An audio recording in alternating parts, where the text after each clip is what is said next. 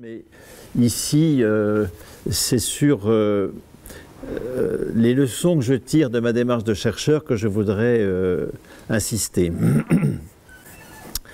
Alors, chercheur en sciences sociales, donc on n'est pas exactement dans le même champ que celui qui vous préoccupe ici, mais la question de la responsabilité du chercheur dans le récit de notre histoire est vraiment fondamentale. Et lorsque, après la défaite de la mobilisation de 2003 contre la réforme des retraites, dans laquelle la fonction publique avait été très impliquée, rappelez-vous la part très active des enseignants en particulier dans la mobilisation contre la réforme, parce qu'il s'agissait à cette époque-là de s'attaquer en particulier à la retraite des fonctionnaires, en l'indexant sur les prix et non plus sur les salaires, par exemple. Alors que la mobilisation était énorme, l'échec a été tout aussi énorme. Et je me suis interrogé à ce moment-là sur les raisons de l'échec qui étaient interne à la mobilisation elle-même. On ne pouvait pas simplement accuser le camp d'en face d'être fort ou je ne sais pas quoi. Il fallait aussi s'interroger sur les limites des mots d'ordre et des modalités de la mobilisation.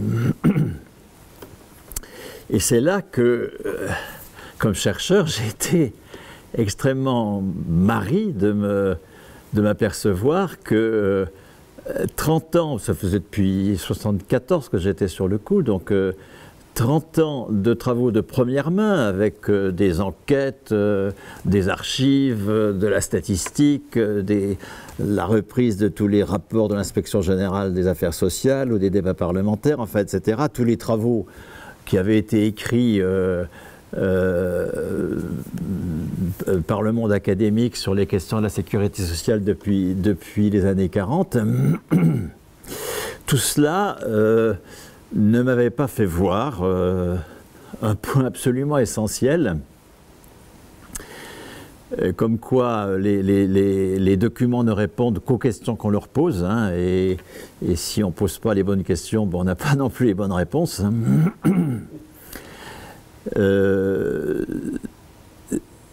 Je n'avais pas vu la radicale opposition entre l'Agirc-Arrco, le régime de retraite des cadres, l'Agirc, et étendu à l'ensemble des salariés du privé dans l'Arco, dans les années 50. Donc l'Agirc qui est né en 1947, et le régime général de retraite ou le régime de retraite des fonctionnaires. J'avais rangé ces deux types de régimes fondamentalement différents, dont je vais m'apercevoir que plus tard, à ce moment-là de la différence, dans un même sous la même rubrique de régime en répartition, hein, parce que les cotisations de l'année sont versées aux retraités de l'année. Il n'y a pas de placement des cotisations, on est en répartition. Et dans Puissance du salariat, donc l'ouvrage que j'écris dans les années 90, qui est paru en poche d'ailleurs, hein, en point seuil, là, qu'il est tout à fait accessible maintenant, je range l'Agirc-Arrco et le régime général des retraites dans la même rubrique, répartition. Et c'est là que je vais m'apercevoir que le conflit de classe ne pose pas la répartition à la capitalisation, pas du tout. Que la classe dirigeante n'a pas du tout comme objet la capitalisation.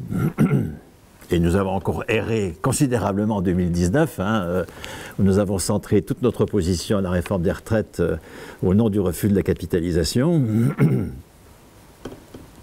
Rappelez-vous, le délégué gouvernemental à la retraite obligé de démissionner parce qu'il était lié à un groupe de capitalisation, et on avait utilisé le truc pour lancer la bagarre. Tout ça, c'est de la musette, hein.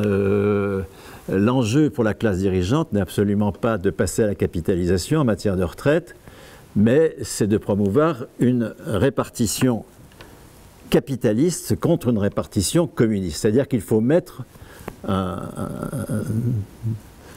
adjectif aux catégories analytiques qu'on utilise. Et c'est d'ailleurs l'enjeu essentiel du bouquin avec Frédéric Lordon, En travail, conversation sur le communisme, le bouquin qu'on vient d'avoir. J'avais proposé comme titre, mais ça a suscité un éclat de rire général, fécondité du prédicat, parce que, bon, alors là, il faut vendre ensuite, donc c'était pas possible, mais c'est ça le cœur de l'affaire. Sortir d'une analyse du capitalisme comme un système générateur de victimes, un système qui ne se reproduit que pour rester identique, qui ne change que pour rester lui-même,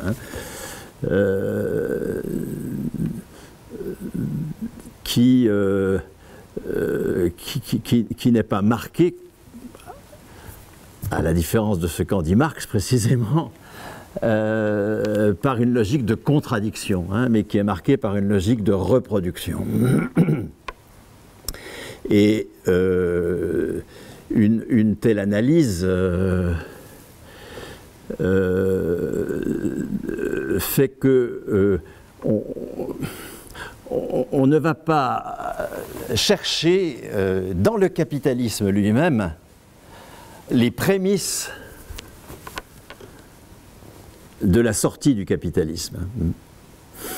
Et on va appeler État, l'État, salaire, le salaire, valeur, la valeur,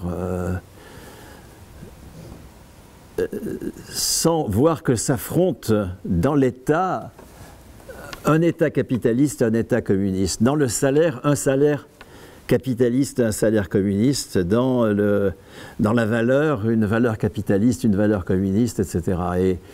Et dans le travail, un travail capitaliste, un travail communiste. Et qu'est-ce que c'est que la répartition capitaliste?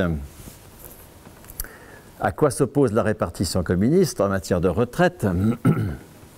On a donc bien la même technologie qui consiste à affecter des cotisations, un flux de cotisations à un flux de pensions qui sont absolument concomitants, sans passage par un placement.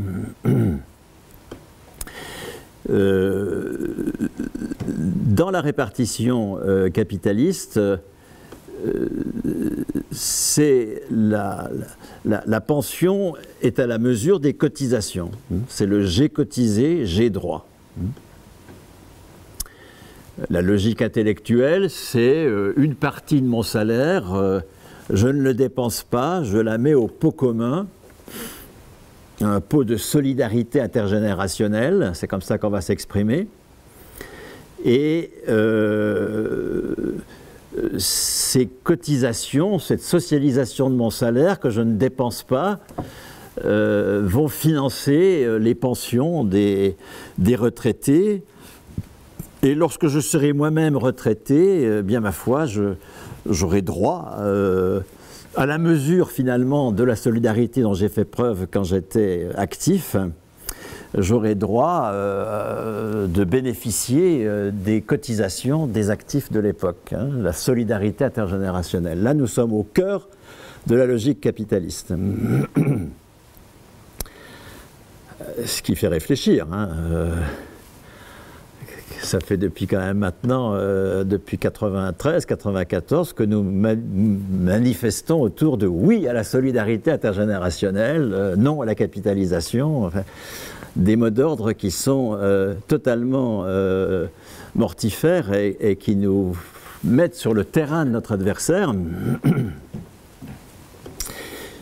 Alors que la répartition communiste qui s'opère en 1946, qui est inventée, on pourrait dire, dans le statut de la fonction publique, avant donc 1946, même si c'est en octobre 1946 que la loi Thorez va instituer le statut de la fonction publique, repris ensuite dans la loi Lepors de 1983.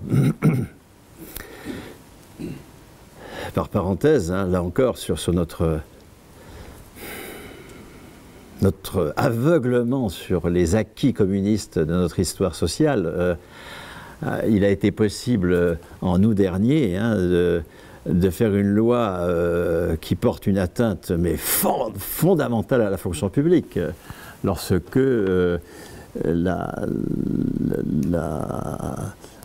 les soignants fonctionnaires,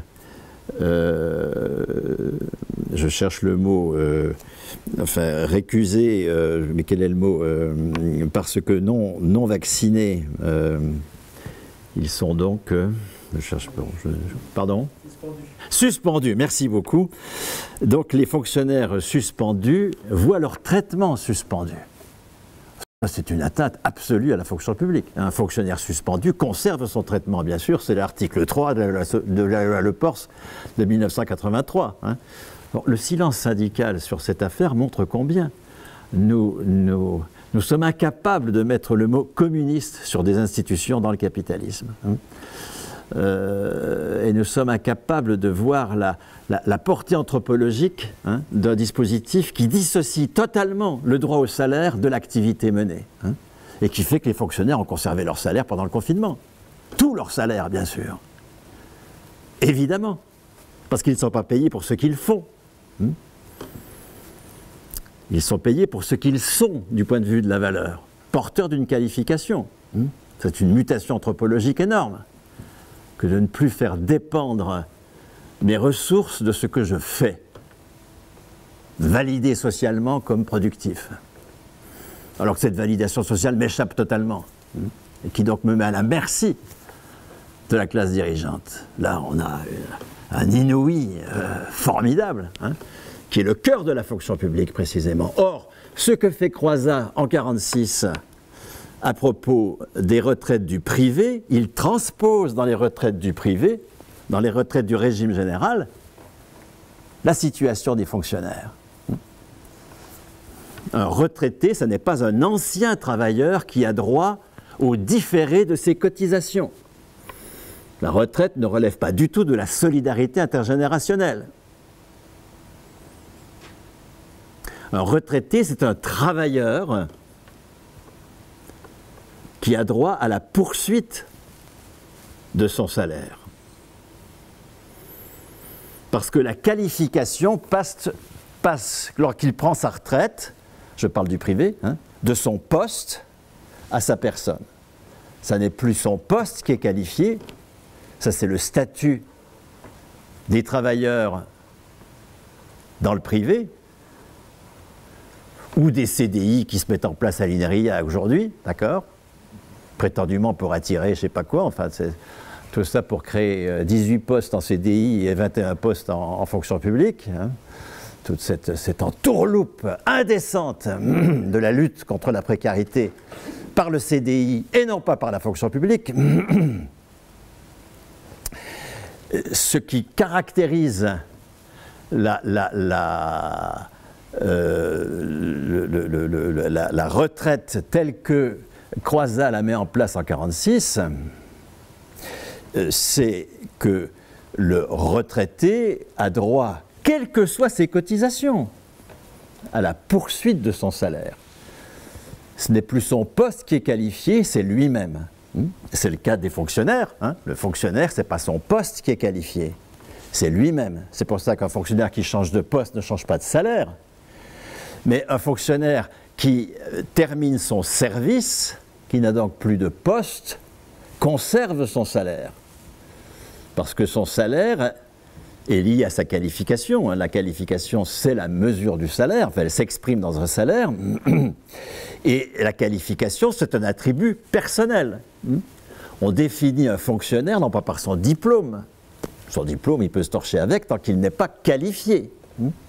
C'est sa qualification à travers un concours qui va ensuite attacher à sa personne un salaire.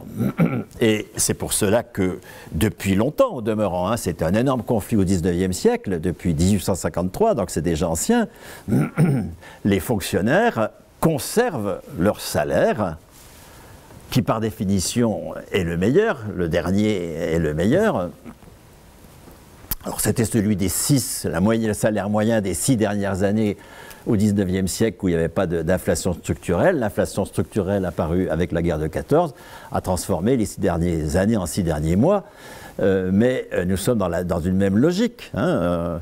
Le fonctionnaire est titulaire de sa qualification, c'est une qualification personnelle, ce n'est pas la qualification du poste, et il continue à être payé. Pourquoi? Parce qu'il ne perd pas sa qualification. Hein. Un fonctionnaire, je ne sais pas quoi moi, un directeur de recherche du CNRS, un général ou un ouvrier d'État conserve sa qualification jusqu'à sa mort. C'est un attribut de sa personne et donc il conserve son salaire jusqu'à sa mort en fonction de la durée de son service public validé.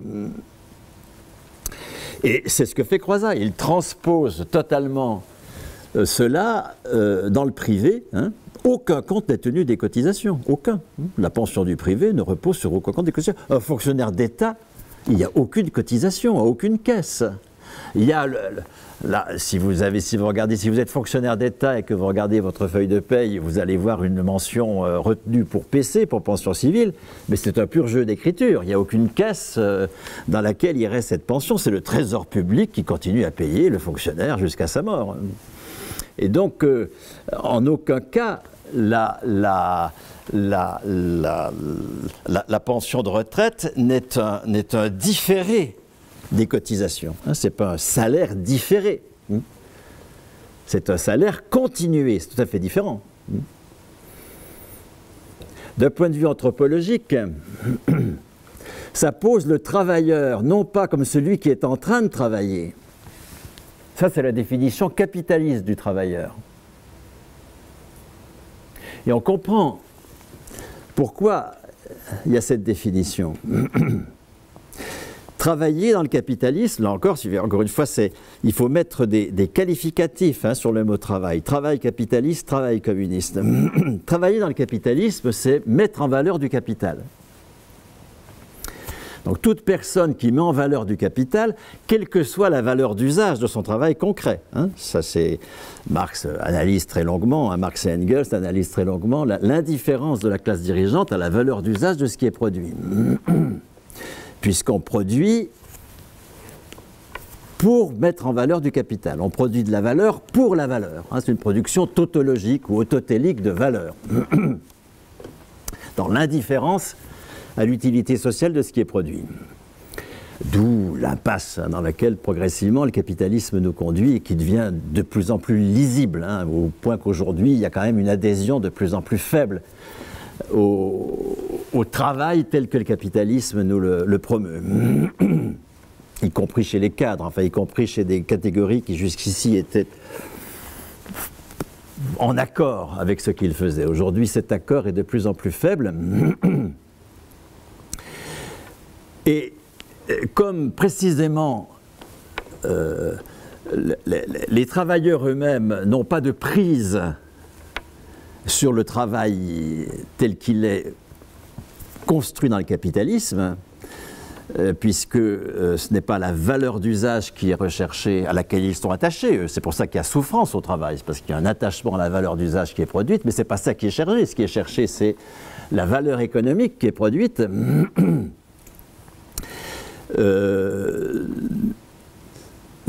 D'où des contradictions visibles ici aussi. Hein. Il faut valoriser hein, en portant des brevets, alors qu'on sait très bien que le brevet c'est absolument antithétique de toute recherche scientifique. Dès qu'il y a du brevet, il n'y a plus de recherche, évidemment.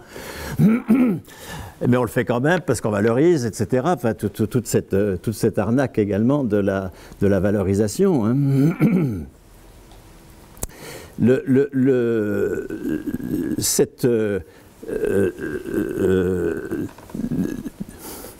Cette non-maîtrise fondamentale du travail par le travailleur fait qu'on ne va être reconnu comme travailleur et donc titulaire d'un salaire que pour autant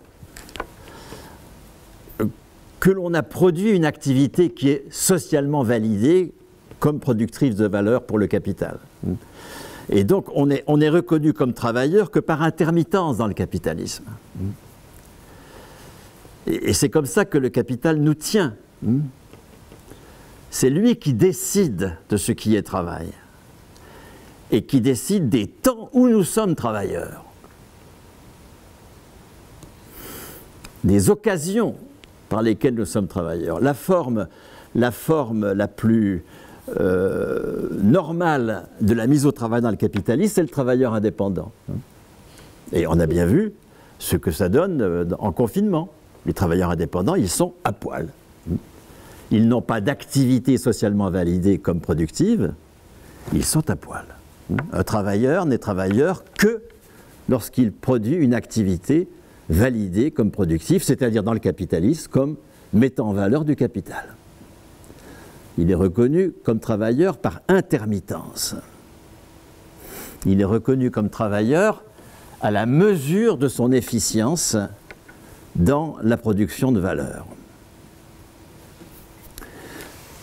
C'est le propre du salaire capitaliste. Et là encore, il faut mettre un mot, un adjectif sur salaire. Le salaire, ce n'est pas du tout une institution du capital, on va le voir, c'est une institution qui aujourd'hui est très largement anticapitaliste. Mais il naît dans le capitalisme comme institution capitaliste, donc le salaire capitaliste, c'est le prix de la force de travail. Le prix de la force de travail, c'est la reconnaissance des besoins dont je suis porteur pour faire telle tâche validée comme productive. Je suis posé comme un être de besoin.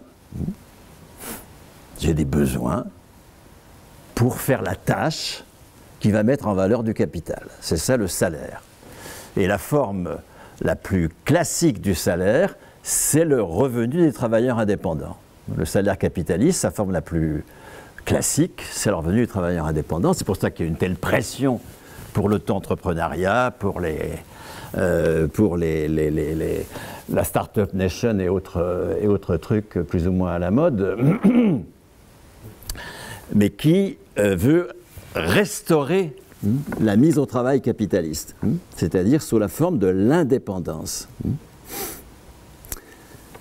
Si vous prenez je ne sais pas quoi, moi, on verra ça cet après-midi avec l'atelier paysan, mais si vous prenez un agriculteur FNSEA, on va dire, qui fait de l'agriculture conventionnelle,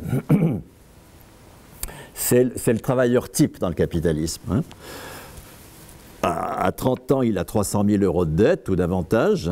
Il fait du poulet industriel, donc il dépend entièrement du prêteur, il dépend entièrement du fournisseur d'intrants, de bailleurs et autres, et il dépend entièrement de la centrale d'achat de Leclerc, de son acheteur. Et ces trois groupes capitalistes, le prêteur, le fournisseur et l'acheteur, à travers les prix qu'il lui impose, ou les intérêts qu'il lui impose, récupère l'essentiel de la valeur qu'il produit. Lui-même n'ayant aucune maîtrise de son travail. Aucune. Il est travailleur indépendant, mais il n'a aucune maîtrise de son travail. Et il a des outils, ça on verra ça cet après-midi, des outils irréparables qui font qu'il est totalement dépendant de son fournisseur d'outils, etc., etc. Bien.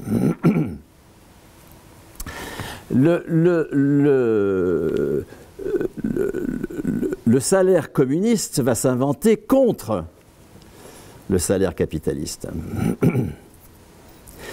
Le salaire communiste, ce n'est pas du tout la reconnaissance des besoins dont je suis porteur pour faire telle tâche. Parce que ce que laisse à cet agriculteur le Crédit Agricole bailleur et la centrale d'achat de Leclerc, ce qu'il lui laisse, ou Lactalis s'il fait du lait, ce qu'il lui laisse, c'est de quoi satisfaire ses besoins pour être encore au boulot demain, pour produire la valeur qui va pouvoir être piquée par ces trois groupes.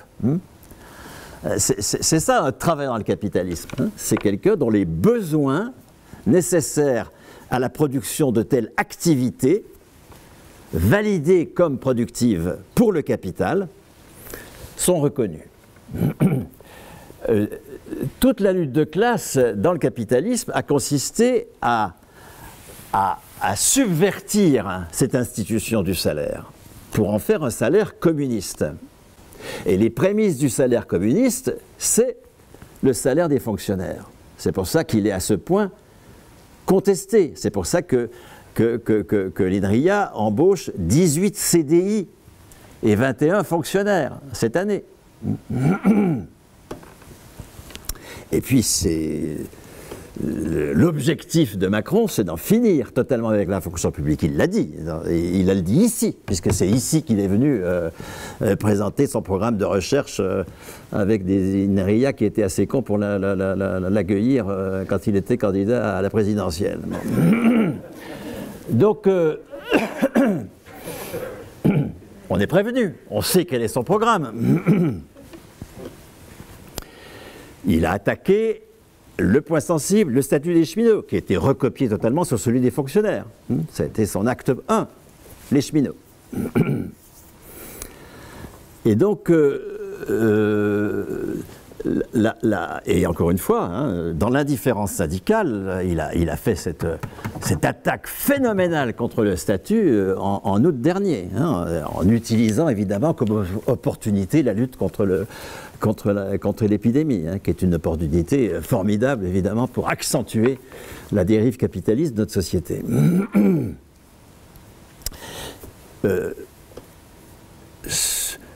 Un fonctionnaire, il est travailleur toute sa vie, enfin toute sa vie de fonctionnaire, jusqu'à sa mort. C'est pas un ancien travailleur, parce que sa reconnaissance comme travailleur est liée au fait qu'il est titulaire d'une qualification. C'est pourquoi je n'aime pas du tout le vocabulaire de lutte contre la précarité dans la fonction publique. Si on lutte contre la précarité, la réponse c'est le CDI.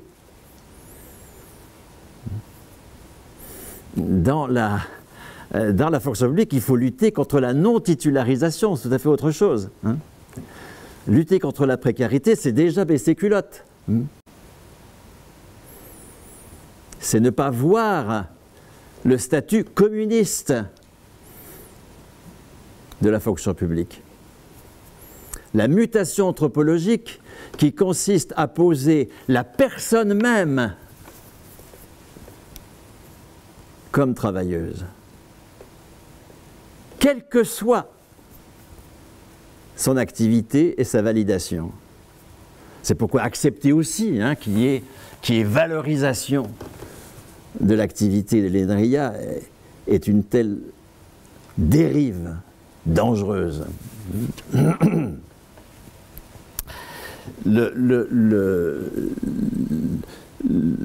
Tout ça est cohérent évidemment avec la suppression du financement structurel. Enfin, je vous renvoie à tout ce que Rogue SR peut dire de très remarquable aujourd'hui. Hein. Là, il y a des lieux quand même dans la fonction publique, dans l'enseignement et la recherche, qui sont des lieux où on n'a pas perdu la tête, quoi. On est quand même un tout petit peu cohérent avec le statut de la fonction publique.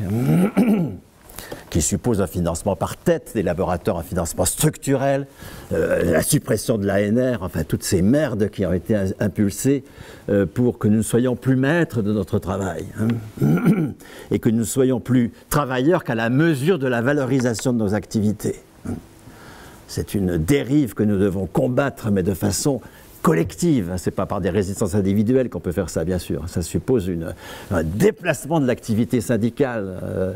Et je salue, je dirais, la forme de courage hein, de mes hôtes qui veulent tenir bon, hein, ne serait-ce qu'en m'invitant, sur des questions structurelles du statut d'un fonctionnaire.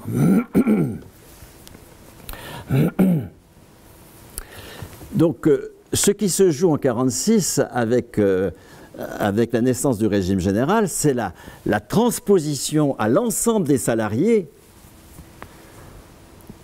de ce qui a été initié en matière de retraite pour la fonction publique.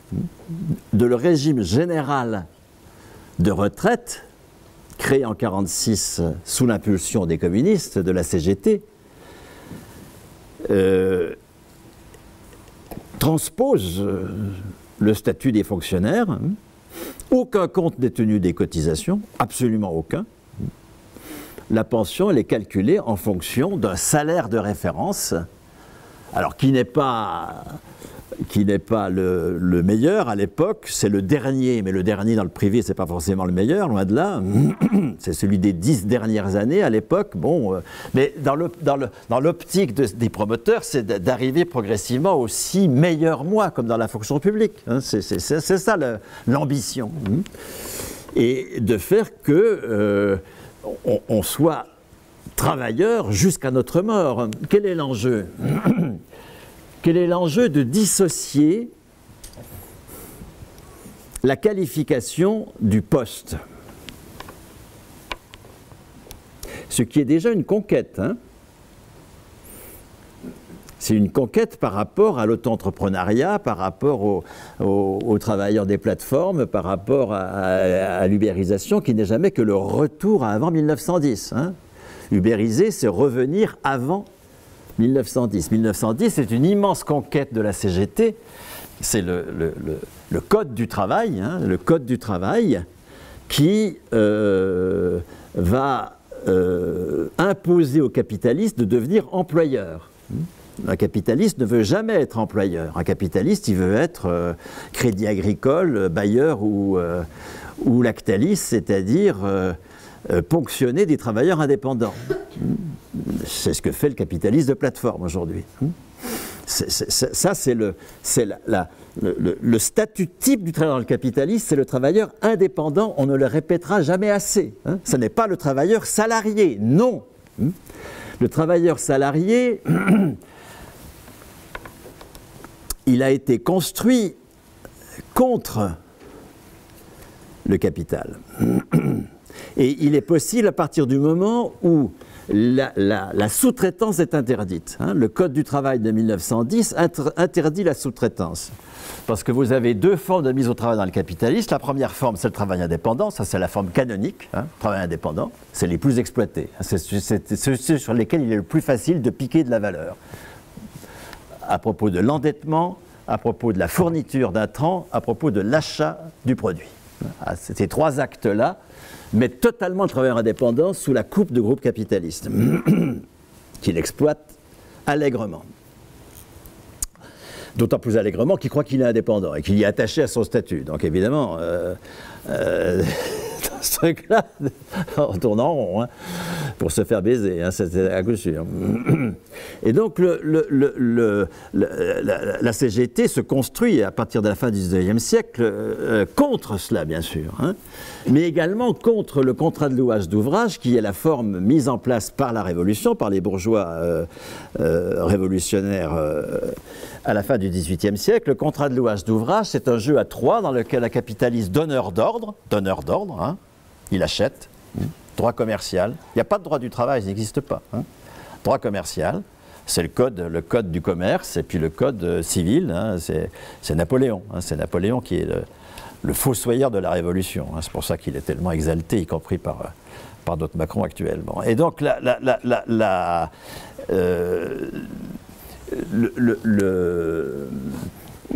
contrat de louage d'ouvrage permet aux capitalistes d'acheter de l'ouvrage fait, hein, à ça s'appelle à l'époque un marchandeur, on dirait un sous-traitant aujourd'hui. Ce marchandeur entre donc en relation commerciale avec le capitaliste. Il y a un conflit sur le tarif de l'ouvrage fait, bien sûr.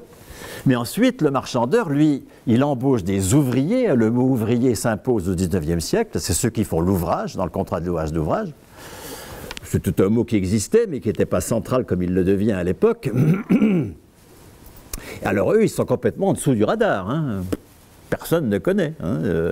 Il n'y a aucune institution, hein, sur la façon dont ils sont rémunérés. Hein. Le marchandeur les rémunère à la mort moelle-neu comme il peut en fonction du tarif qu'il négocie avec le donneur d'ordre. Alors le conflit typique, hein, de la chose, c'est le conflit des canuts à Lyon. Hein. Les canuts, c'est des sous-traitants, hein, qui sont en conflit avec les soyeux sur le tarif de la soie, hein, je sais pas quoi, de la tonne de soie ou du kilomètre de textile en soie. Mais les ouvriers, eux, ils sont encore une fois hors radar. Hein, il n'y a pas d'institution du travail. Et le Code de 1910, il va instituer le travail. Hein. Je vous renvoie à l'ouvrage tout à fait décisif de Claude Didry, D-I-D-R-Y, hein, qui est un sociologue du droit du travail. Hein. Comment évolue le droit du travail au XIXe siècle et comment il débouche précisément sur le Code du travail de 1910. Le Code du travail de 1910, il interdit la sous-traitance, il oblige les capitalistes à devenir employeurs. Et c'est dans cette confrontation directe qui n'est plus maquillée par la relation commerciale, en relation commerciale, comme elle l'est aujourd'hui avec Uber, hein, ou des travailleurs qui sont en fait sous la coupe directe d'actionnaires, c'est maquillé en relation commerciale, avec un flicage par les clients eux-mêmes, hein, qui sont invités à dire ce qu'ils pensent de la prestation, enfin vraiment des trucs invraisemblables, qui sont le cœur du capitalisme. La CGT obtient que la confrontation devienne enfin directe entre les capitalistes et les travailleurs. Et c'est dans ce cadre-là que va se créer le salaire communiste. Le salaire communiste, il repose sur un mot central qui est le mot qualification. La qualification, ça n'est pas la certification, encore une fois. La certification, elle reconnaît notre capacité à faire du travail concret. Je sais faire de l'informatique, de la physique, n'importe quoi, je suis certifié. J'ai une thèse, etc. Bien ça. Mais encore une fois, nous sommes là dans l'ordre du travail concret, dans l'ordre de l'école. Bon. Mais l'école, elle ne qualifie pas, elle certifie. La qualification, nous sommes dans l'ordre du travail abstrait. Nous sommes dans l'ordre du travail abstrait, le travail en tant qu'il produit de la valeur, non pas en tant qu'il produit des valeurs d'usage. Ça, c'est la certification qui assèque que je sais produire telle valeur d'usage. La qualification, elle n'atteste pas de ça du tout. La qualification, elle renvoie à la production de valeurs économiques. Et le mot qualification, il va être sinon inventé, du moins institué dans l'affrontement entre la CGT et le patronat, dans ce qu'on appelle les conventions collectives. Le Code du travail de 1910 va permettre la mise en place de conventions collectives. Les conventions collectives qui naissent en 1919, puis qui vont donc être au cœur de l'action syndicale pendant tout le XXe siècle, vont attacher au poste de travail une qualification. C'est ça le cœur de la convention collective. On prend tous les postes de travail d'une branche, quelle que soit la valeur d'usage produite, quel que soit le travail concret qui est produit, on va mettre des postes dont les travaux concrets sont très différents, au même niveau de qualification. C'est ça le cœur de la convention collective. Pourquoi? Parce qu'ils contribuent, alors c'est une convention bien sûr, hein, avec des critères, mais tout comme les critères de qualification par le CNU ou je ne sais pas quoi, ou au CNRS. Hein, c'est des critères qui sont discutables, c'est des critères qu'il faut en permanence contester politiquement, bien sûr. Il faut éviter leur naturalisation, bien sûr, hein, ce qui est toujours la tentation. Hein. Et la convention collective donc prend tous les postes d'une branche et les classe par niveau de qualification, quelle que soit la valeur d'usage produite, quel que soit le travail concret qui est produit. C'est la contribution du poste à la production de la valeur économique, donc au travail abstrait, qui va être mesuré de façon que dont il faut encore une fois éviter en permanence la naturalisation. Hein, cette mesure, il faut qu'elle conserve toujours son caractère politique, d'où il faut une très grande vigilance syndicale pour cela, et elle n'existe pas toujours, hein, il faut bien le reconnaître, bien sûr. De même que les critères de qualification dans la fonction publique doivent être en permanence modifiés et en permanence,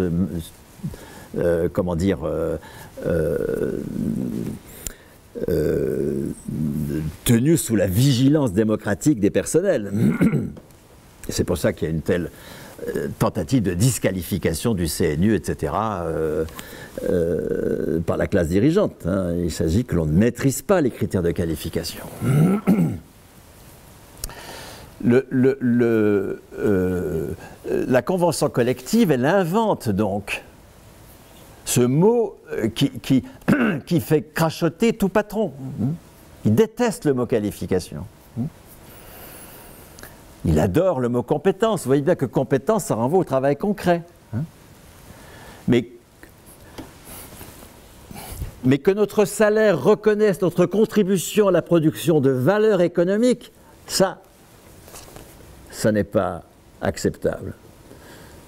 Parce que ça nous pose, non pas comme des êtres de besoin qui font telle tâche concrète, validée socialement comme productive, ça nous pose comme étant au cœur de la production de valeur.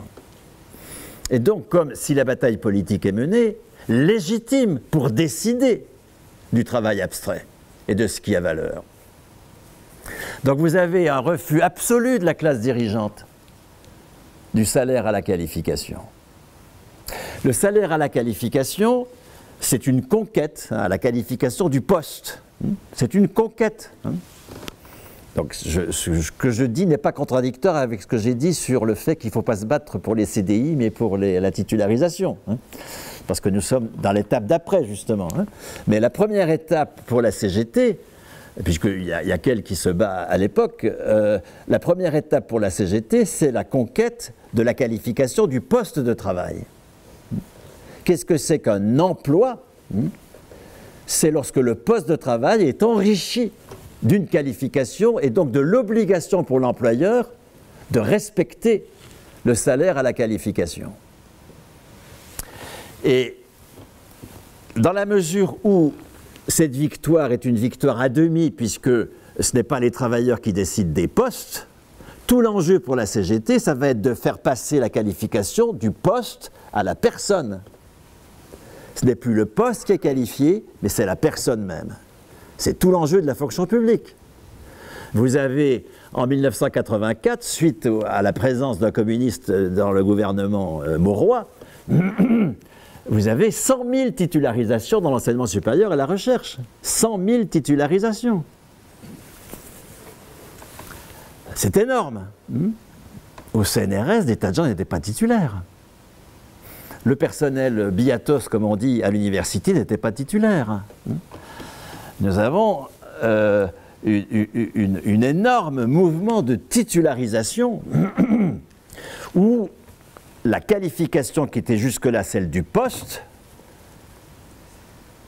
liée au contrat de travail, définant le contrat de travail, n'est plus du tout l'objet du contrat de travail. Un fonctionnaire, il n'a pas de contrat de travail. Il est embauché pour sa qualification. Donc là, nous sommes dans l'autre étape. J'ai insisté sur la victoire qu'est la qualification du poste. C'est une première victoire sur le travail indépendant, mais ou sur les multiples contrats dont sont affligés les jeunes aujourd'hui au nom de l'insertion. Entre 18 et 35 ans, ils s'insèrent. Oui, bah oui. Et donc la seconde étape pour la CGT, ça a été de faire passer la qualification du poste à la personne. Et ça, c'est la fonction publique, c'est l'EDF-GDF, c'est les cheminots, c'est la RATP, et puis c'est le régime général de sécurité sociale. Le régime général de sécurité sociale, il dit les parents sont titulaires d'un salaire, ils n'ont pas d'emploi. Vous avez une subversion complète des allocations familiales, qui était le cœur de la Sécu en 1945. Je vous renvoie à mes bouquins. Tout ça, je n'ai pas le temps Enfin, c'est longuement analysé dans mes bouquins. Prenez Vaincre Macron, par exemple, le second chapitre, où je reprends tout ça. Mais prenez aussi, évidemment, le bouquin avec Lordon qui vient de sortir en travail.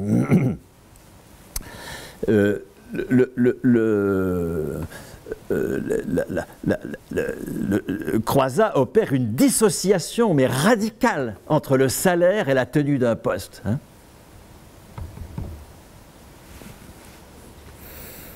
En disant, les parents sont des travailleurs. ça ne veut pas dire qu'ils sont au travail. C'est pas ça un travail dans le capitalisme. C'est quelqu'un qui a droit à être reconnu comme en capacité de et en responsabilité de produire de la valeur. Et ce droit s'exprime dans un salaire qui n'est pas lié au poste de travail, mais qui est lié à la personne, à travers une qualification. Et donc, ce qu'opère Croizat en matière de retraite, c'est cela. Un retraité, ce n'est pas quelqu'un qui est plus travailleur. C'est quelqu'un qui n'a plus besoin d'avoir un poste pour être reconnu comme travailleur.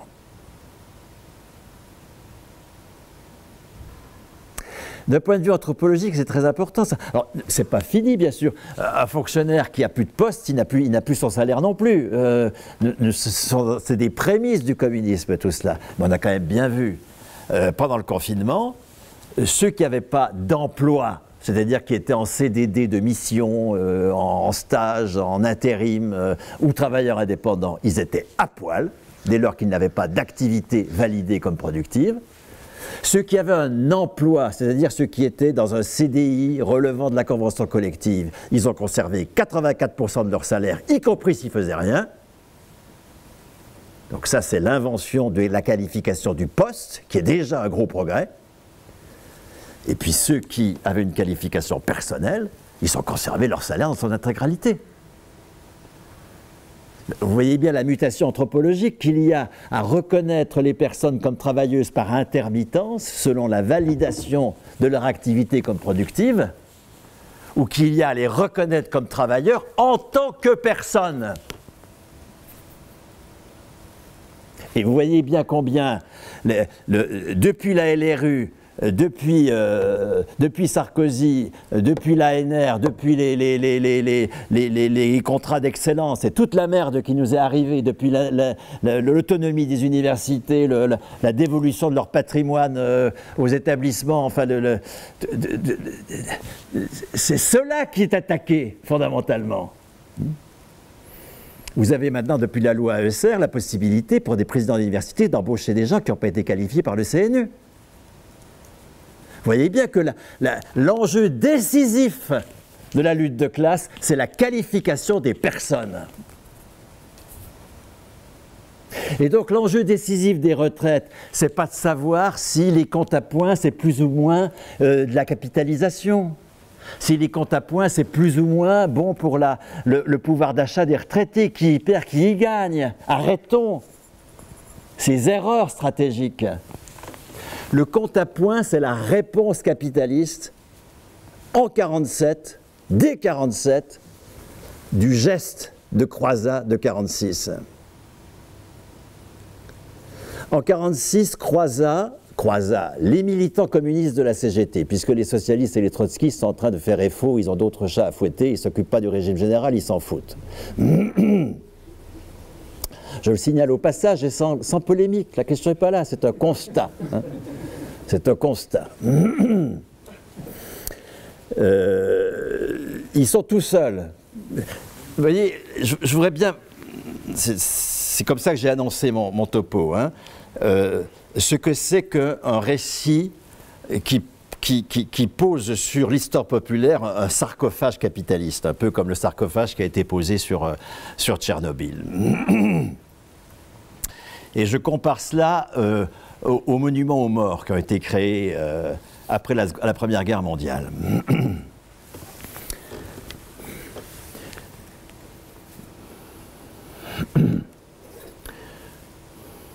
L'histoire sainte qu'on nous raconte, c'est « Il était une fois le Conseil national de la résistance » où des communistes aux gaullistes, dans une... oui, je suis arrivé au bout de mon propos. Des communistes aux gaullistes dans une union avec une CGT de 5 millions d'adhérents, un parti communiste à 30%, une URSS faisant pression sur le capitalisme européen, des patrons déconsidérés par la collaboration. Il a été possible d'instituer un meilleur partage de la valeur, de piquer sur la partie de la valeur qui va au capital pour l'attribuer au travail dans la sécurité sociale. La sécurité sociale qui serait plus de solidarité par un meilleur partage de la valeur. Cette histoire, c'est une histoire de lutte de classe contre l'histoire populaire. C'est une histoire qui est fausse de bout en bout. En 1945, tout existe. Tout. Vous avez plus de 1000 caisses de sécu.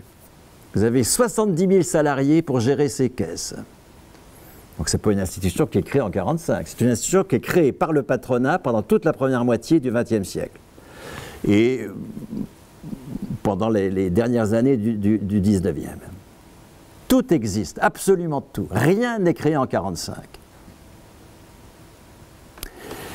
Ce qui va se faire, c'est en 1946. Mais ça, je m'en aperçois. Vous voyez, après 30 ans de travaux de première main, d'accord, hein.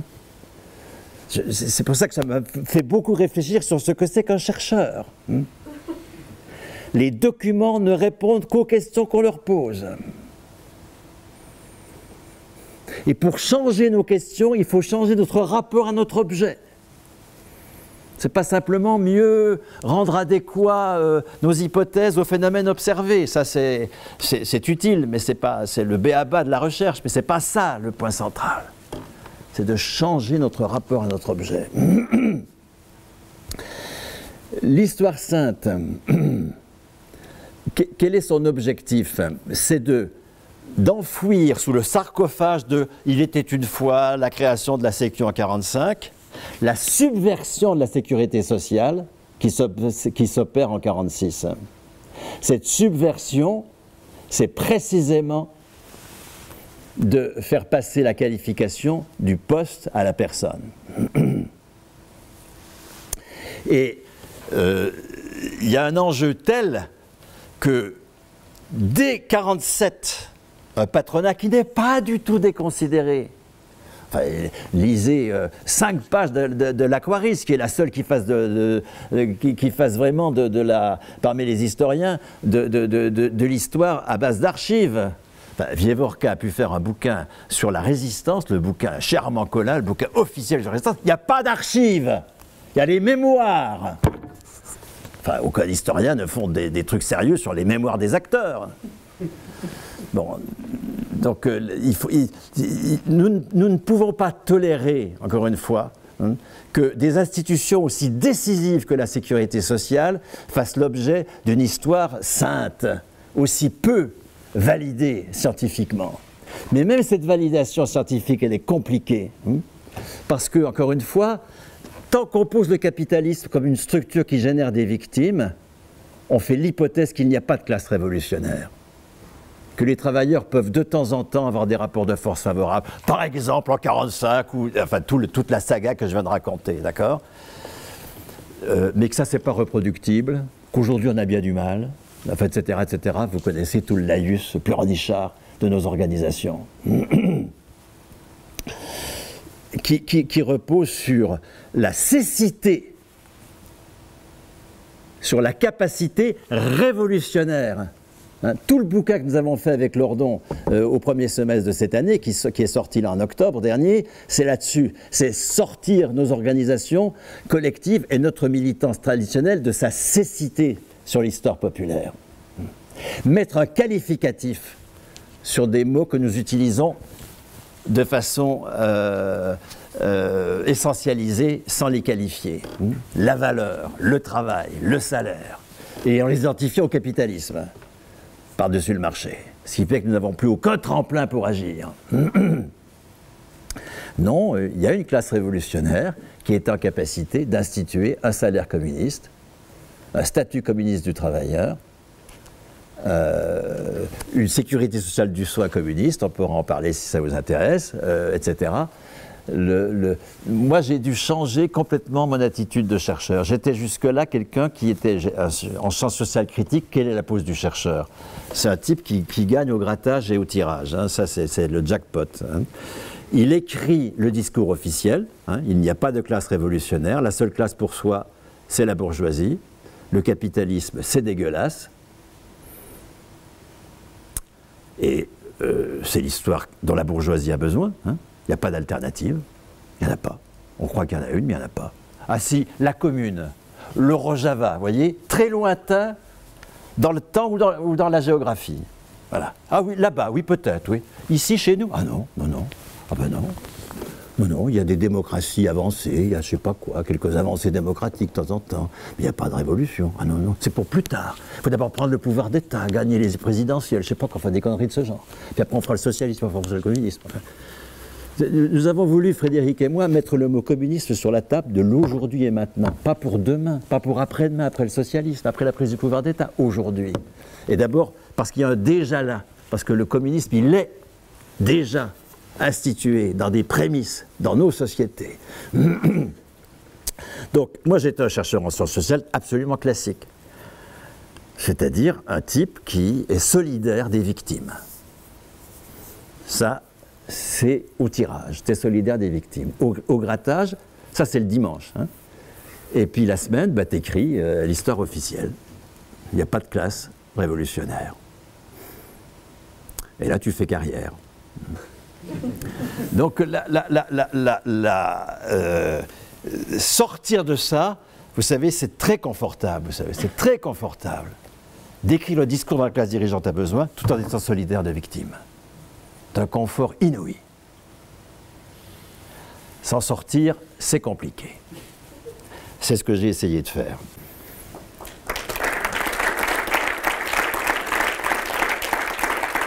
Concernant les conventions collectives et le statut du salarié, est-ce que c'est une histoire spécifique liée à la suite de la Révolution française? Est-ce qu'on la trouve dans les pays dits de l'Est qui étaient prétendument communistes?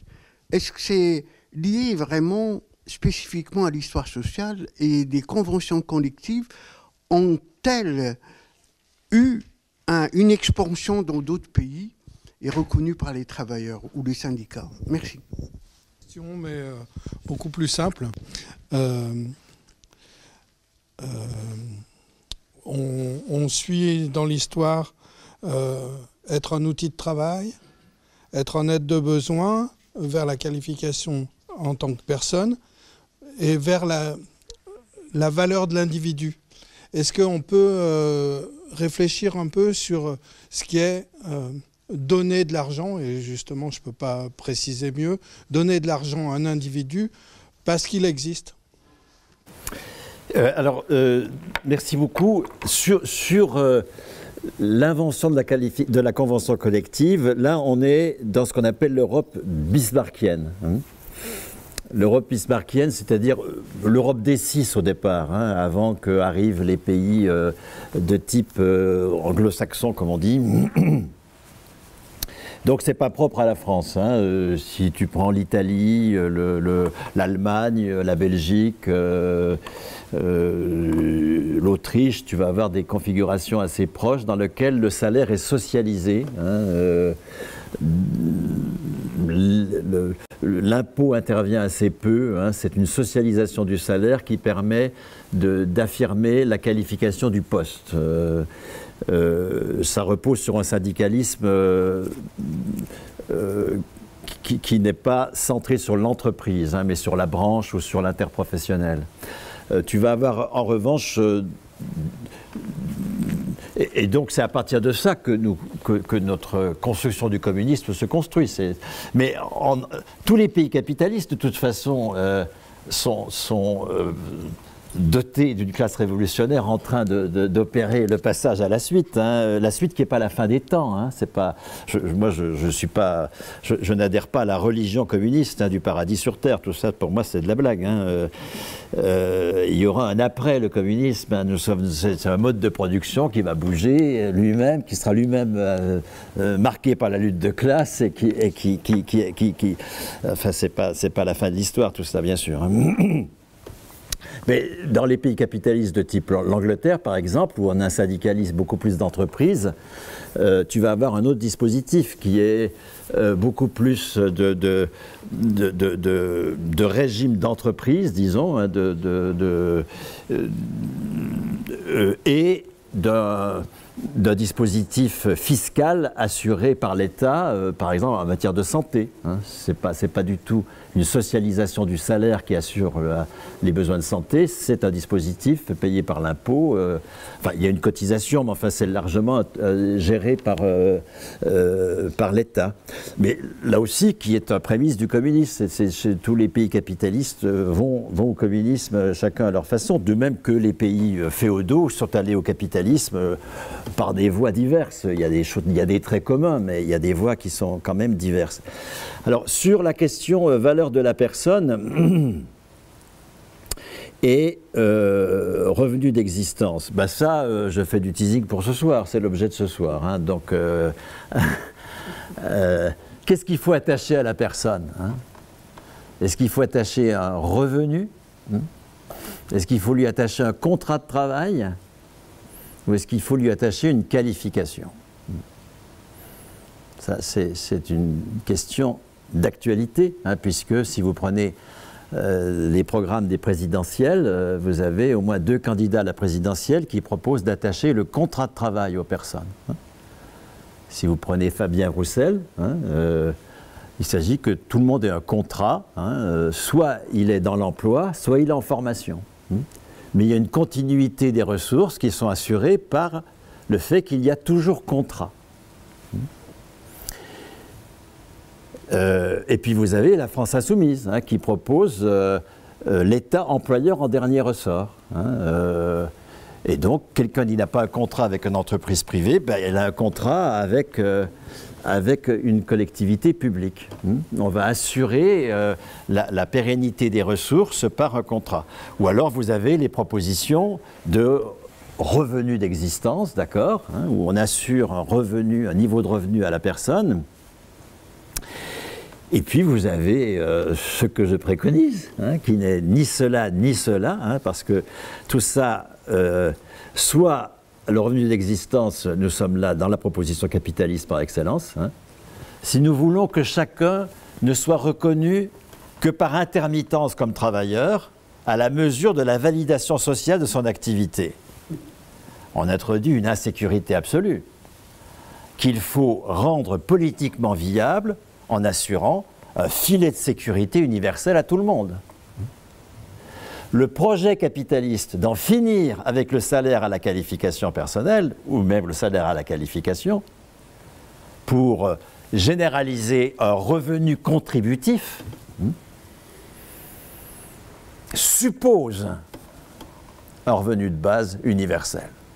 Le revenu de base universel, c'est un des 2 piliers des ressources telles que le capitalisme la préconise. Hein. Ça, c'est la Banque mondiale qui a théorisé ça dans un ouvrage Advertising, je ne sais plus, Advertising the Social Crisis, non, The Old Age Crisis, c'est ça, oui. En 1994, l'Union européenne a repris ça dans la stratégie européenne de l'emploi en 1997. Le projet capitaliste, c'est que nous soyons tous titulaires de 2 piliers de ressources. Hein. Un pilier universel financé par l'impôt, c'est à ça que sert la CSG. Hein. La CSG, c'est créer un pilier universel financé par l'impôt, et un pilier contributif lié à la validation sociale de notre activité ici et maintenant. C'est par ce projet-là, hein, d'instituer le droit à 2 piliers de ressources qui se traduisent dans le vocabulaire de Macron en un compte personnel d'activité, ça c'est la partie contributive, hein, qui additionne tous les comptes personnels que négocie la CFDT avec le patronat chaque fois qu'ils se rencontrent, et puis un revenu universel d'activité, hein, qui est les prémices d'un revenu universel de base. Ça, c'est la proposition proprement capitaliste. La proposition de cette gauche qui est aveugle. Je suis membre du Parti communiste moi-même, hein, donc je rends hommage au Parti communiste, mais il est d'une infidélité absolue à ce qu'il a su faire dans le passé. Aujourd'hui, le propre de cette gauche qui est aveugle sur les conquêtes révolutionnaires, c'est de revenir à l'emploi. C'est-à-dire à cette première conquête de la CGT, hein, qualifier les postes de travail. Et en disant, on va qualifier les postes, mais tout le monde aura un poste. Voilà. Si ce n'est pas dans l'emploi, ce sera dans la formation. Ça, c'est les communistes. Si ce n'est pas dans le privé, ce sera dans le public. Ça, c'est FI. Vous voyez que les personnes ne sont toujours pas reconnues comme des travailleuses. On ne l'est qu'à la mesure d'un contrat. C'est la médiation du contrat. Et ça nous laisse sous la dépendance de l'entreprise, totalement. Ou du lieu de travail, du lieu avec lequel on a passé contrat. Et vous voyez quel recul c'est par rapport à la fonction publique, où il n'y a pas de contrat précisément, où il y a une qualification de la personne. Donc non, ni revenu de base, ni droit de la personne au contrat, mais droit de la personne à la qualification. C'est ça l'enjeu sur lequel je reviendrai ce soir. La première question, elle est de Denis Dupré. Et je pense que vous avez déjà un peu commencé à répondre, mais il demandait pourquoi un salaire à la qualification et non un salaire égal pour tous, comme selon la proposition de Castoriadis, avec un travail pour tous. Et les questions suivantes, elle interroge sur si tout le monde touche un salaire à hauteur de sa qualification, mais sans contrainte de rien produire, est-ce que ça ne va pas faire qu'il y ait du pouvoir d'achat qui permette de rien acheter ?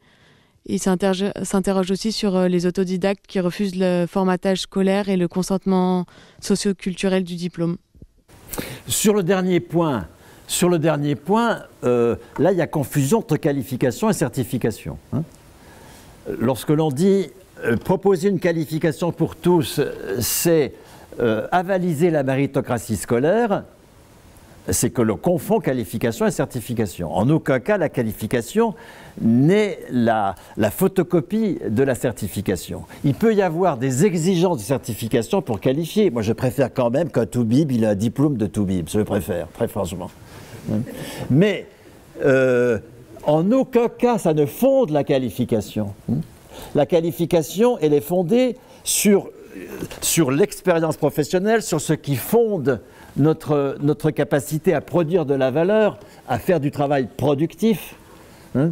Donc, en aucun cas, la qualification, si toutefois on ne revendique pas que, par exemple, comme je le trouve dans certains syndicats, on revendique « Ah, si j'ai Bac plus 3, alors j'ai droit à tel niveau de qualification. Si j'ai Bac plus 4, j'ai droit à tel niveau. » Non, non, ça c'est précisément naturaliser la méritocratie scolaire. Dont on sait combien elle fait l'impasse sur les conditionnements sociaux de l'obtention des diplômes. Donc là, je crois qu'il y a une confusion hein, dans la troisième partie de la question.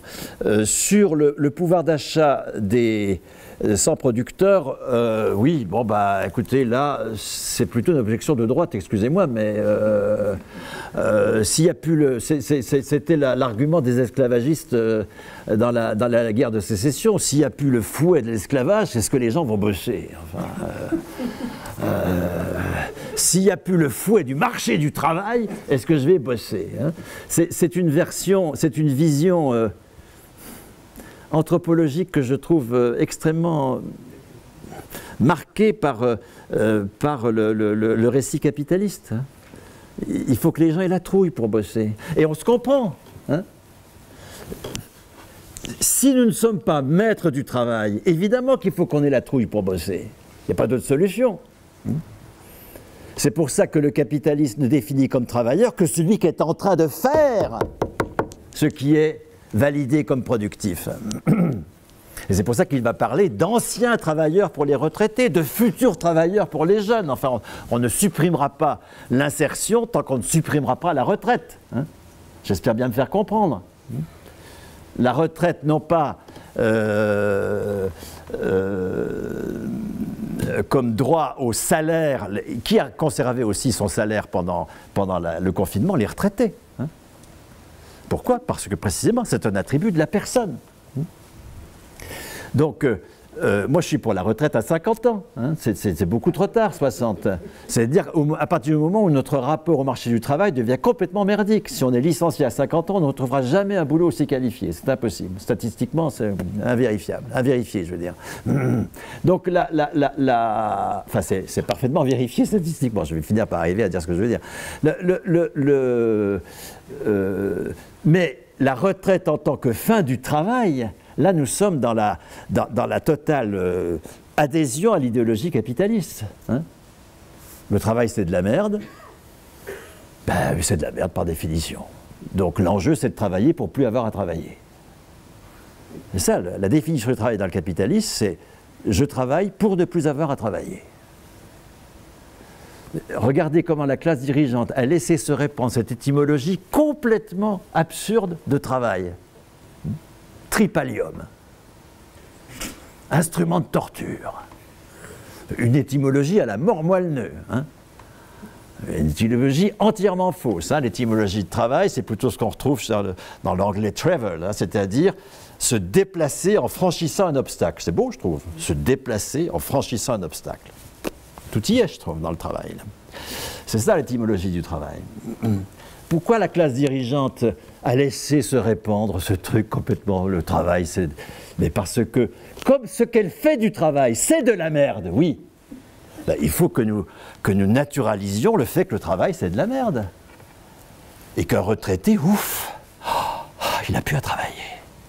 Mais vous voyez la mutilation anthropologique qui a confiné des personnes de 60 ans à leur mort dans l'improductivité. La valeur anthropologique du travail, ça n'est pas que le fait que l'on produit des choses utiles. C'est un, qu'on produit des choses utiles socialement, deux, que l'on contribue à la production de valeur. Qu'on n'est pas que dans l'utilité sociale. Tout le féminisme s'est construit contre la définition des femmes comme des personnes utiles socialement, mais niées comme productives. Or, qu'est-ce que nous faisons avec les retraités? Nous les exaltons comme utiles socialement, mais nous les nions comme producteurs. Mais dire que quelqu'un est producteur, donc c'est une amputation. Hein. Moi, je m'estime amputé comme retraité. Et pourtant, je suis un retraité fonction publique, ayant une carrière complète, donc parti avec mon meilleur salaire, etc., parce que j'avais 5 gamins par ailleurs, etc., etc. Donc tout ça, je suis dans la situation intellectuelle de pouvoir continuer mon boulot, je suis dans la meilleure situation, et pourtant je vis, mais douloureusement, le fait de ne plus recevoir le courrier de mon université, le fait de... etc., etc., etc. Je suis plus dans le coup. Je suis invité à être bénévole, à faire du soutien scolaire, faire de la merde, quoi. Mais bénévole. Donc, cette amputation-là,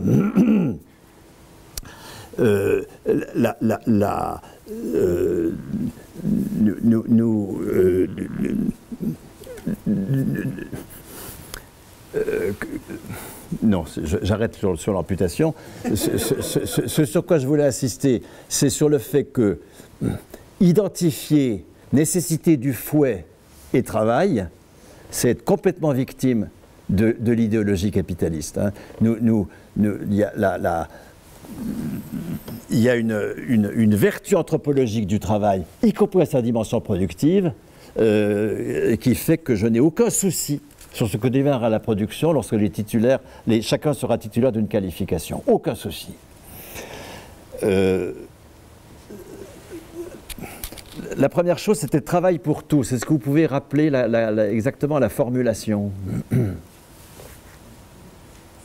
pourquoi un salaire à la qualification et non un salaire égal pour tous avec un travail pour tous? Alors, l'objection a sens, fait sens, hein, je trouve. Si la qualification devient un droit politique, hein, si à 18 ans, tout le monde est qualifié, c'est-à-dire tout le monde est posé comme en capacité de et en responsabilité de produire la valeur. Pas simplement posé comme utile socialement. Hein. mais posés comme contribuant à la production, en capacité de et en responsabilité de produire de la valeur. Ça ne veut pas dire qu'ils vont en produire tout le temps. Hein. Il faut que tout dans notre vie ne doit pas dépendre de la valeur économique. C'est fondamental qu'une partie de nos activités, une partie fondamentale des activités ne soit pas du travail. C'est absolument fondamental. Hein. Mais il faut que nous soyons, alors même que nous ne sommes pas en permanence en train de travailler, et ça c'est décisif quand nous ne sommes pas en permanence en train de travailler, il faut que nous soyons en permanence reconnus comme travailleurs. C'est ça la distinction qu'il faut bien faire. Hein. Ma reconnaissance comme travailleur, elle doit être permanente, alors que ma reconnaissance comme en train de travailler, elle est forcément intermittente. Et c'est bon qu'elle le soit. Est-ce que ça appelle cela le fait que nous ayons tous la même qualification? En soi, oui. Hein. Si nous reconnaissons que tous les citoyens sont en capacité d'eux et en responsabilité d'eux décider de la politique du pays, ben, il y a un seul droit de vote. Il n'y a pas des droits de vote avec des parts plus ou moins grandes selon je ne sais pas quoi, selon le mérite. Donc j'entends totalement l'objection. Je l'entends et pourtant je réponds oui à la hiérarchie des salaires. Ça fait partie des contradictions du communisme, ça, à mon avis, hein, qui fait que ce n'est pas la fin de l'histoire du tout. Hein. Mais je ne sais pas ce que ce sera après, puis je m'en fous éperdument pour le coup. Hein.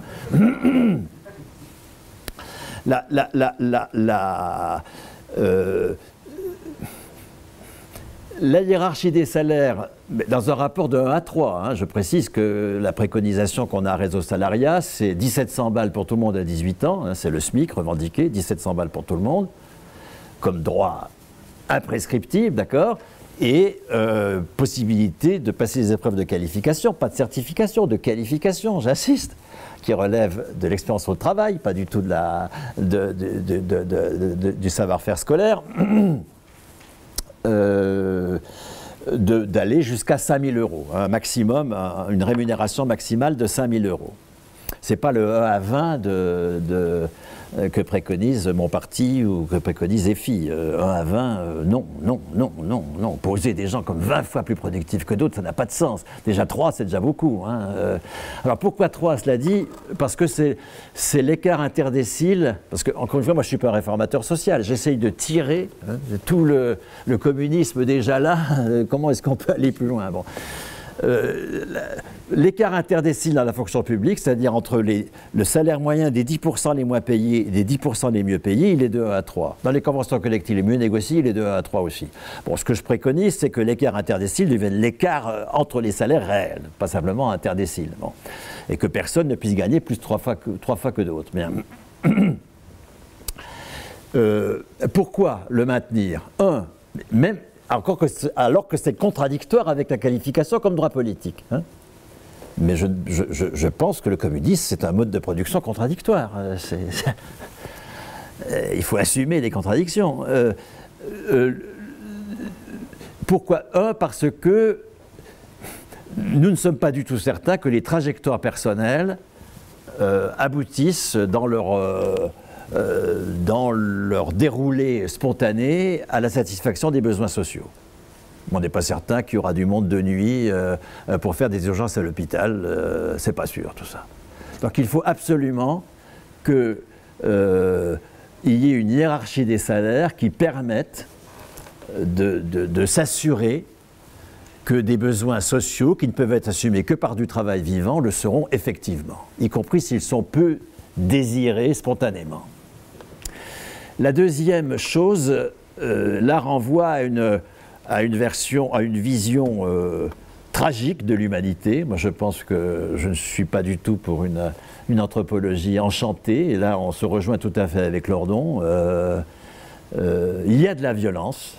Cette violence, croire à une société sans violence, pour moi, c'est de la blague, c'est mortifère, c'est dangereux, parce que ça nous fait ne pas nous soucier de l'institution de la gestion de la violence. Il faut instituer la gestion de la violence.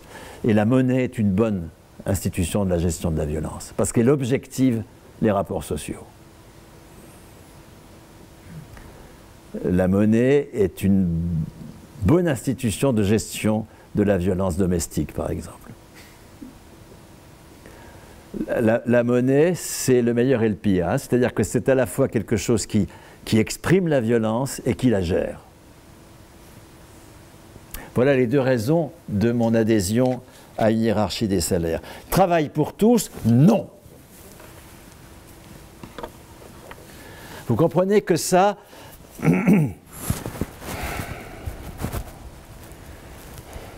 le premier droit de la personne, ce n'est pas le travail.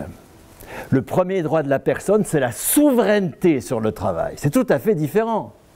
Pourquoi est-ce que je suis contre l'attribution à tout le monde d'un contrat de travail? Parce que ça ne garantit pas du tout qu'il sera souverain.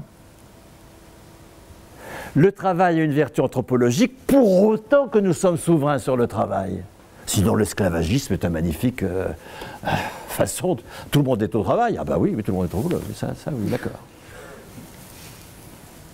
Non, pas travail pour tous. Souveraineté sur le travail pour tous, oui. Et ça suppose un attribut des personnes. C'est pour ça que je suis absolument contre le plein emploi. En espérant me faire comprendre. Je ne dis pas ça pour disqualifier les positions syndicales et dire « Ah, toi, tu es quoi, tout le monde chômeur, c'est ça ton truc ?» Enfin, arrêtons de caricaturer ce que je raconte, d'accord? La CGT a construit mieux que l'emploi. L'emploi, c'est quand c'est le poste qui est le support de la qualification. C'est les foutus CDI qui arrivent à l'INRIA.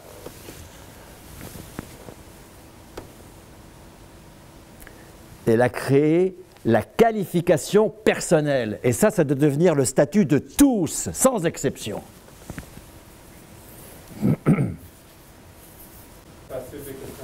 D'accord. Non, mais elles sont de toute façon massives. Donc effectivement, Marx a un vocabulaire qu'on a souvent réduit à 2 alors qu'il était à 3. Hein. Marx, on a souvent réduit Marx à valeur d'échange et valeur d'usage, alors que Marx, il y a valeur d'échange, valeur d'usage. Et je mets valeur économique. Hein. Donc, expliquons-nous là-dessus.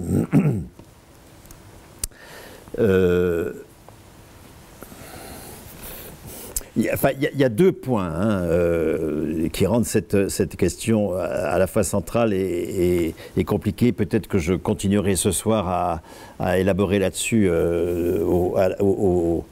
à la maison du tourisme. D'une part, il faut tenir fermement la nécessité d'une valeur à côté de la valeur d'usage. Faire société, ça n'est pas additionner des valeurs d'usage. Ça n'est pas additionner du travail concret qui produit des valeurs d'usage. Là, nous sommes dans le paradis communiste, d'une société d'abondance dans laquelle chacun contribue selon ses moyens, reçoit selon ses besoins, et pêcheur le matin et poète le soir. Stop, il faut arrêter ces conneries. Le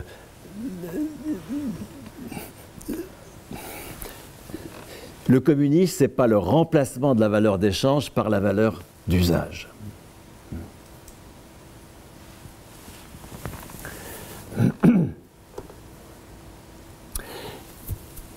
La valeur dans le capitalisme, c'est comme toute chose, la meilleure et la pire des choses. La meilleure parce que la force du mode de production capitaliste, c'est qu'il abstrait le travail productif, qu'on va distinguer de l'activité, le travail en tant qu'il produit de la valeur économique, qu'on va distinguer du travail en tant qu'il produit de la valeur d'usage. Il abstrait cette portion-là de l'activité qui est productive et qui est présente dans toute société. Les sociétés ne se construisent pas sur l'addition de l'utilité sociale de ce qui est produit par la réaction ici et maintenant de chacun à son environnement sensible.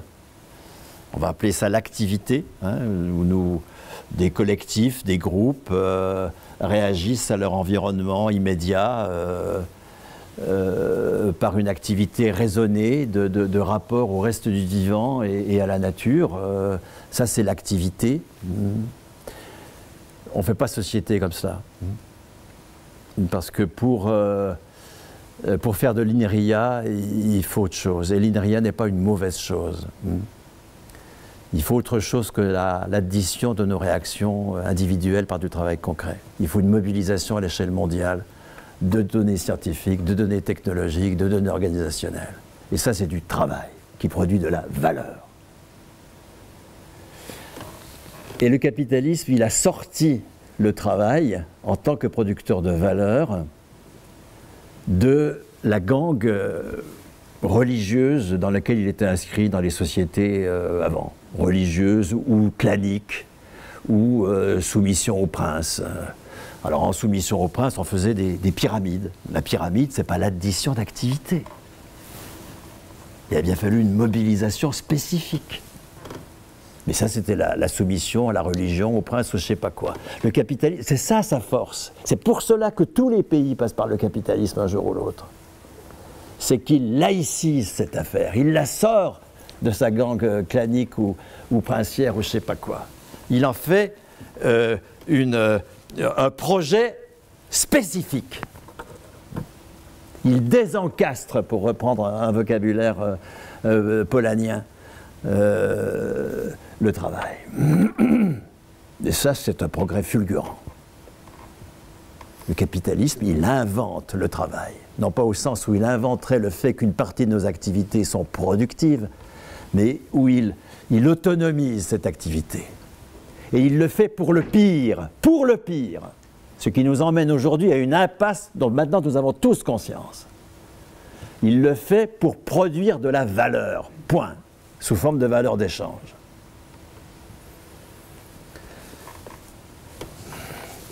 Le programme communiste n'est pas d'abandonner le travail.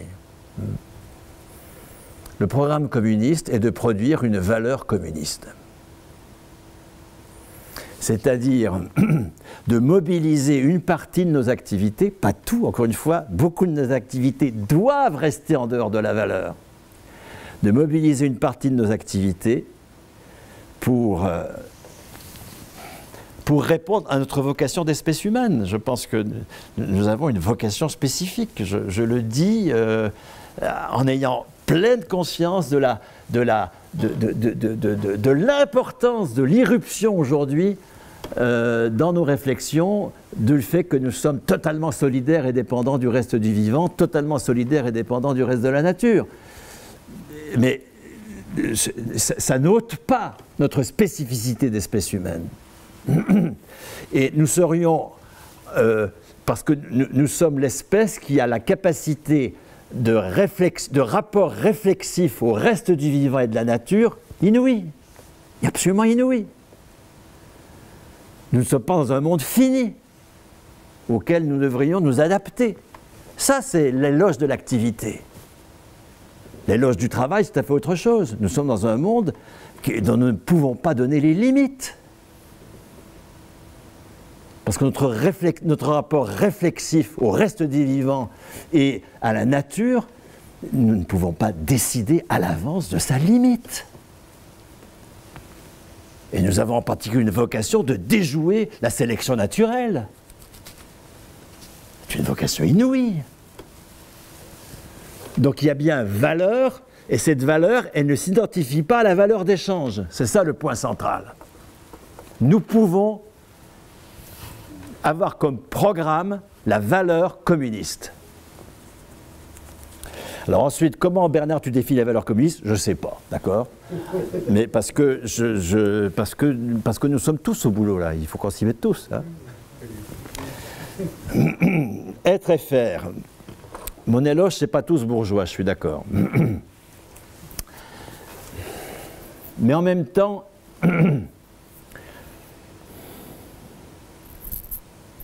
mais là, je m'embarque dans un truc auquel je n'ai jamais réfléchi. Est-ce que tel que vous formulez votre question, Donc je vais peut-être dire des grosses bêtises, mais tant pis, c'est l'intérêt de l'oral, hein, c'est qu'on s'autorise n'importe quoi.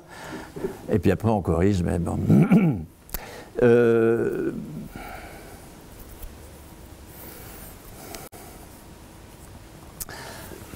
Ce que je viens de dire, c'est quand même l'éloge du faire, je pense. Hein. Lorsque je dis notre vocation d'espèce humaine, c'est de déjouer la sélection naturelle, il me semble que nous sommes bien là dans l'éloge du faire. Donc je ne suis pas du tout en train de dire que faire ne sert à rien. Tout mon boulot repose sur la valeur anthropologique du travail dans sa dimension concrète et abstrait, productif. Bon. La question, c'est est-ce que je suis défini en tant que personne par ce que je fais en ce moment? Non, non, non. C'est ça le point. Hein. Une chose est de nous inscrire chacun dans une espèce humaine qui a une vocation de faire collectivement, mais de n'être reconnu individuellement qu'à la mesure de ce que je fais individuellement. Non, sûrement pas. Il s'agit que mon statut politique, et donc anthropologique, ne dépende pas de la mesure de ce que je fais individuellement. Alors, je ne sais pas si ce que je raconte est clair, mais... Alors, quand je dis n'en dépendent pas, c'est là qu'arrive la hiérarchie des salaires. Ce n'est pas tout à fait vrai dans ce que je raconte, puisqu'il y a une hiérarchie des salaires. Et que cette hiérarchie des salaires, elle repose forcément sur une évaluation de ce que j'ai fait. Mais de ce que j'ai fait. Les épreuves de qualification, s'il y a un rapport de 1 à 3, on en aura 2 ou 3 au cours de sa vie. Pas plus. Pour changer de qualification. Ce sera donc l'évaluation de ce que j'ai fait dans les 20 années précédentes. Ça ne va pas être l'évaluation ici et maintenant de ce que je suis en train de faire, qui est la source d'un mensonge collectif énorme. Personne n'a envie, évidemment, d'être disqualifié par la mesure de ce qu'il est en train de faire. Donc il va mentir sur ce qu'il fait, évidemment. L'entreprise capitaliste, c'est le mensonge généralisé. Personne n'est assez fou pour se faire harakiri en disant ce qu'il fait. Elle ne s'inverse pas. Pardon ? Quand on est à 3, on ne revient pas à 1 si des choses se passaient. La hiérarchie, elle ne décline jamais. Elle évolue de 1 à 3. Elle ne redescend pas. Ah, tu veux dire que tu ne reviens pas à 1700 balles, si tu as commencé à 1700 balles et que tu es arrivé à 5000, tu ne reviens pas à 1700. Oui, alors ça pose d'autres problèmes. Hein, ça a un problème de gérontocratie. Pourquoi est-ce que les vieux gagnent plus que les jeunes? Tout ça, c'est des vraies questions. Hein. Je suis incapable d'y répondre. Mais encore une fois, c'est à nous de répondre à tout ça, c'est pas à moi. Hein. C'est notre vie collective qui va assumer tout ça. Hein. Moi, j'essaye de tirer ce que je peux tirer de mon travail d'observation du salaire et de la sécurité sociale au cours du XXe siècle. Qu'est-ce qui s'est fait, hein, et qu'est-ce qui peut être projeté raisonnablement dans un avenir jouable, hein, c'est tout. Je ne peux rien dire de plus.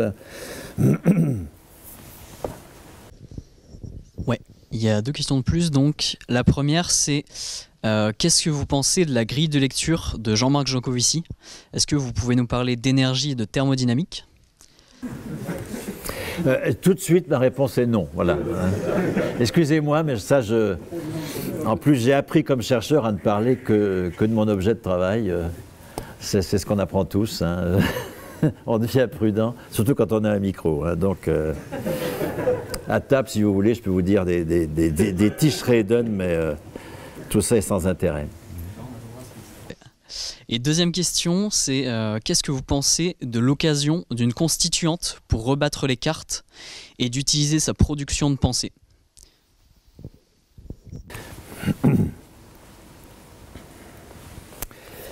Alors effectivement, hein, nous avons dans les réflexions actuelles de sortie du capitalisme le fait d'avoir également d'autres institutions politiques. Et en particulier de redonner la main aux citoyens. En termes d'institutions politiques, chacun sait que la Constitution de 93, qui est une constitution relativement démocratique, 1793, a été combattue férocement, d'abord par le Directoire, puis le Consulat, et finalement anéanti complètement par l'Empire. Et donc, le système représentatif tel qu'il se crée est un système fondamentalement antidémocratique. Donc, qu'il faille que nous passions à autre chose, j'en suis absolument convaincu. On essaye, par exemple, à Réseau Salariat, de fonctionner de façon totalement différente du milieu associatif. On est une association qui, formellement, pour les déclarations en préfecture, respecte le truc, mais qui n'a ni CA, ni Assemblée Générale, ni président, ni trésorier, ni rien de tout ça. C'est des fonctions tournantes qui se font... Enfin, on essaye d'inventer d'autres formalités de fonctionnement démocratique. Mais je vais en rester là parce que ce n'est pas l'objet de ma recherche et donc je ne sais pas répondre à ces questions. Merci beaucoup pour la conférence. Merci aussi là de parler un peu des possibilités révolutionnaires qu'il y a déjà dans cette société. Je trouve ça toujours intéressant. Moi, il y avait un truc que vous avez dit qui m'a un peu posé question. Vous avez dit à un moment que l'enjeu décisif de la lutte des classes, c'était la qualification des personnes. Et c'est un truc que j'ai pas très bien compris. C'est que le salaire communiste dont vous parlez, alors bon, même s'il est communiste, il reste quand même versé dans une société qui est, elle, capitaliste, c'est-à-dire versé par des institutions, la sécurité sociale, qui sont quand même des institutions financées par des salaires, et ce, quand même, depuis leur création. C'est-à-dire en fait des institutions qui ne sont pas financées par des profits et qui sont gérées aussi depuis leur création d'ailleurs par des représentants du patronat, puisque dès le début il y avait, je crois, un quart des représentants au conseil d'administration de la Sécu qui étaient, alors je ne sais plus comment ça s'appelait à l'époque, mais des syndicats patronaux. Est-ce que, du coup, ma question c'est un peu ça, c'est est-ce que le risque de ce récit là du salaire communiste, c'est pas un peu d'occulter le fait que ça a été une institution qui a été obtenue sans remettre en cause du coup cette propriété privée là des moyens de production, sans remettre en cause le profit. Et même d'ailleurs, je crois, après ça c'est mes cours d'histoire, mais je crois que c'était c'était le pacte de la sortie de la guerre. Ils étaient, je pense, très conscients, la direction du Parti communiste, de la CGT, de ce qu'ils faisaient. Et donc voilà, de ces institutions-là, avec la nationalisation, des charbonnages, d'EDF, avec des administrateurs CGT, etc. En échange, quand même, c'était le truc de produire. Il y en a d'autres, des phrases un peu connues. Il y a la grève, c'est l'arme des trusts de Torres. Bon, la paix sociale, en fait, en vérité, à ce moment-là. Bon, après, mais c'était un peu ça ma question, et qui mettait aussi d'ailleurs le PCF dans une situation un peu intenable, qui était aussi justement de se présenter face aux travailleurs en France comme un peu les garants de cet ordre-là, les garants de cette paix, en fait, les garants de la reconstruction de la France sur des bases capitalistes, avec des promesses effectivement qui s'apparentaient à une amélioration, enfin qui était une véritable amélioration des conditions de vie. Enfin, c'était une situation intenable d'ailleurs. Bon, ils ont démissionné, ils ont dû quitter le gouvernement en 1947 après une grève chez Renault de mémoire. Mais du coup c'était un peu ça ma question, est-ce que c'est pas un peu le risque là dans ce récit là du salaire communiste?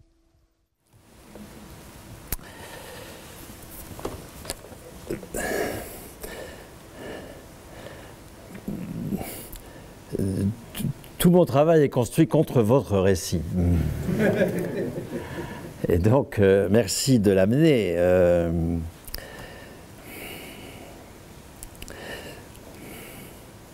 Heureusement qu'il n'y a pas de taxe sur les profits. Parce que taxer les profits, c'est les légitimer. Si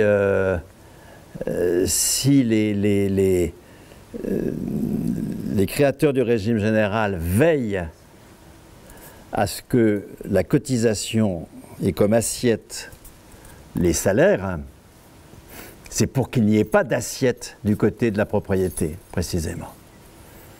Pour que le régime ne dépende pas de la bonne santé des propriétaires. Taxer le profit, c'est le légitimer. Et toute proposition de financement de la Sécu par une taxation du profit est réactionnaire. Je le dis, membre d'un parti qui le préconise. Mais il n'y a pas que lui. FI aussi, le NPA aussi, enfin tous les communistes d'aujourd'hui sont organisés autour de la taxation du profit. Il ne s'agit pas de taxer le profit, il s'agit de le faire disparaître. Et là, je suis en désaccord total avec vous. Le régime général, il a généré... Alors, vous dites gestion par le patronat, non remise en cause de la propriété privée parce qu'il y a Yalta. Vous avez parlé de pacte, alors c'est peut-être le pacte, le compromis institutionnalisé des régulationnistes, je ne sais pas ce que vous entendez par pacte. CNR. Voilà, le CNR, enfin toute cette histoire pieuse dont je montre dans mes bouquins que c'est une histoire inexistante, tout simplement. Hein. Encore une fois, quand j'étais gamin, début des années 50, le 11 novembre, je raconte, parce que maintenant c'est devenu éclatant pour moi cette affaire. Le 11 novembre, en surplis, hein, les gamins, les enfants de chœur, ils avaient un truc rouge et puis un surplis blanc, voilà. On sortait de la messe, il y avait une messe le 11 novembre, auquel les enfants des écoles étaient là. Le maire et le curé sortaient en tête, tous les gens du village étaient là, on était en début des années 50, donc c'était encore proche, 14, d'accord. Beaucoup de gens avaient au cimetière des gens qui avaient été tués pendant la guerre, et on allait au monument aux morts. Et au monument aux morts, le maire donnait tous les noms des suppliciés de 14-18, et tout le monde répondait « Mort pour la France ». Mon père, qui était instit, c'était des petits patelins, donc c'était classe unique, refusait que les enfants des écoles chantent la Marseillaise le 11 novembre. Mais il ne m'expliquait pas pourquoi. Je voyais bien qu'il y avait un truc dans cette affaire, hein, mais je l'ai vraiment compris qu'en 2003, lorsque j'ai compris que l'enjeu pour la classe dirigeante, c'est pas de passer à la capitalisation, hein, c'est de faire une répartition capitaliste. J'ai cotisé, j'ai droit. Le retraité est un ancien travailleur qui a droit à la solidarité intergénérationnelle. Enfin, toutes ces merdes intellectuelles. Et qui m'ont fait comprendre le récit du CNR. Et cette merde intellectuelle du récit du CNR. Je voyais bien qu'il y avait un truc. Hein. Je voyais bien que tout ça, et tous les boulevards Joffre, Foch, et tous les défilés militaires du 11 novembre, toute cette merde-là, était une merde révisionniste, hein, pour s'opposer au courant révolutionnaire qui s'affirme à partir de 1916 en France, qui était complètement enseveli sous le sarcophage des monuments aux morts pour la France. Alors qu'en 1916, tous les troufions savent qu'ils meurent pour le capital. Quand on a, j'oublie son nom d'historien, qui a fait tout un travail sur les films de l'époque. Hein. Mais il y a une haine des troufions pour la guerre. C'est pour ça que Pétain décime, etc. Il n'y a pas d'autre solution. Hein. Pourquoi est-ce que la SFIO se transforme en parti communiste en 1920? C'est pas à cause de la Troisième Internationale dont tout le monde se fout. Il y a des anards dans le Parti communiste de 1920. C'est parce qu'il y a un mouvement révolutionnaire dans ce pays et qu'il faut le faire taire par le révisionnisme du 11 novembre. Et que tous ces monuments de merde sont là pour nous faire oublier ce moment de notre histoire. Il y a eu 1 million de révoqués dans la fonction publique en 1919 parce qu'ils avaient adhéré à la CGT, en fait, etc., etc. Cette histoire, ça, elle est niée, elle est ensevelie sous le sarcophage du 11 novembre. 46 est enseveli sous le sarcophage de 45, entièrement. Alors il y aurait eu un compromis. Thorez aurait appelé à la fin de la grève. La grève de 46, c'était une grève fomentée par FO, par la CIA, pour accompagner nous sommes dans une époque où il y a interdiction de négocier les salaires. Depuis 1938, il est interdit de négocier les salaires. Interdit. Et les salaires sont définis par le gouvernement. C'est les arrêtés parodies, hein, qui reprennent les arrêtés de Vichy. Et le patronat organise la pénurie. Il l'organise. Il n'est pas dans les choux, le patronat. Il l'organise. Et cette pénurie entraîne une hausse des prix. Ce n'est qu'en 1948 qu'on retrouvera le pouvoir d'achat de 35 ou 36, en 1948. En 1946-1947, il y a une entreprise délibérée du patronat d'organiser la pénurie. Donc oui, la bataille de la production est une bataille communiste. Je refuse totalement qu'on la qualifie comme c'est Yalta, Staline a négocié avec Roosevelt et machin, comment il s'appelait l'autre zozo d'Angleterre, Churchill, oui, qui sera heureusement battu. Vous avez vu le film de bon, j'arrête parce que sinon je vais... Mais regardez le film, le seul film que vous n'ayez pas vu de Ken Loach. Vous avez tous vu des films de Ken Loach, à coup sûr, d'accord. Hein, il faut y aller avec un mouchoir, il y a plein de solidarité avec des victimes, on adore, hein, ça c'est sûr. Hein. Le seul film où on ne va pas avec un mouchoir chez Ken Loach, c'est L'Esprit de 45. Qui l'a vu ici, L'Esprit de 45? Bon, personne. Une personne. L'Esprit de 45, c'est le film qu'il fait pour le centenaire du cinéma, ou je ne sais plus de quoi. Enfin, il a été extrêmement déçu que ce film... C'est un film qui montre un peuple victorieux, qui montre une classe révolutionnaire, qui montre qu'il n'y a pas d'Yalta. Tout ça, c'est de la merde intellectuelle. Roosevelt arrive... pas Roosevelt, Churchill arrive à un meeting... Il est là, sûr de lui. Enfin, c'est un type qui a quand même joué un rôle extrêmement positif. Je ne sais pas où on en serait si Churchill n'avait pas été là en 40-41. Hein. On lui doit quand même beaucoup de choses à ce mec. Bon, il est sûr d'être réélu. Sûr. Il est hué. Il n'entend pas, il croit que c'est des applaudissements.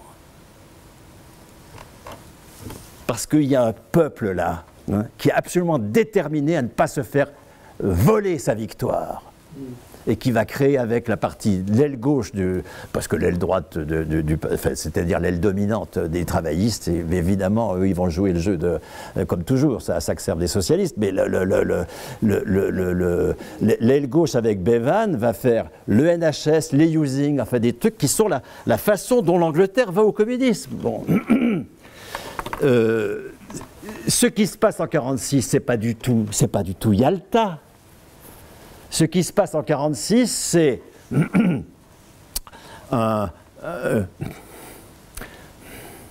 une CGT complètement merdique, mais complètement merdique. Faites les archives du premier congrès post-guerre de 1946, d'avril 1946. Au niveau confédéral, c'est la merde absolue. Parce que, encore une fois, les socialistes sont absolument déterminés à quitter la CGT et s'allient aux trotskistes pour le faire. Pour avoir une aile gauche. Et suscitent des grèves contre précisément la bataille de la production. Et qui sont des grèves pro-patronales, je le dis clairement. Et dans la CGT, les seuls qui sont favorables au régime général, un régime général qui, contrairement à ce que vous dites, dans les années 60, va aboutir à un mode communiste de production du soin.